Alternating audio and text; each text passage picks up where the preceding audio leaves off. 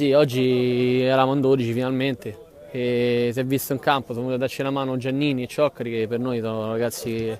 ci servono come il pane, nel senso oggi la squadra ha giocato bene, i cambi sono serviti, infatti si è visto fisicamente, noi il secondo tempo abbiamo retto di più, avendo più cambi abbiamo giocato una buonissima partita reagendo anche sotto di un gol e per noi è importante perché almeno possiamo così avvicinarci ai playout perché era il rischio questa partita di se perdevamo di andare direttamente in A2 e quello era il nostro obiettivo, era fare 3 punti. Sì, Walter ha fatto una gran partita, io non lo conoscevo, sono sincero, ma è un ragazzo che gioca nel San Paolo, è un 2000, oggi ha fatto degli interventi veramente strepitosi, per l'età che ha oggi ha dimostrato tanto, con carattere, parlava dalla porta, non conosceva quasi nessuno, un ragazzo che viene allenato dai Morezzi Cardinali a San Paolo Scienze, hanno fatto un buon lavoro, allora faccio i complimenti a loro. Sì, gli Hammers è una squadra storica di questa Lega e quindi dispiace vederli da sotto,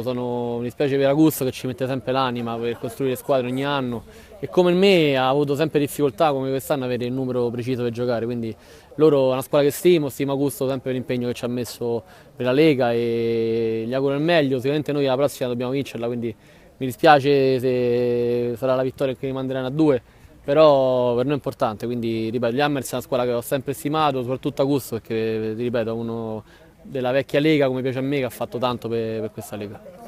Grazie a mister Matteo Tupaghi, in bocca al lupo, alla prossima. Crepi, grazie.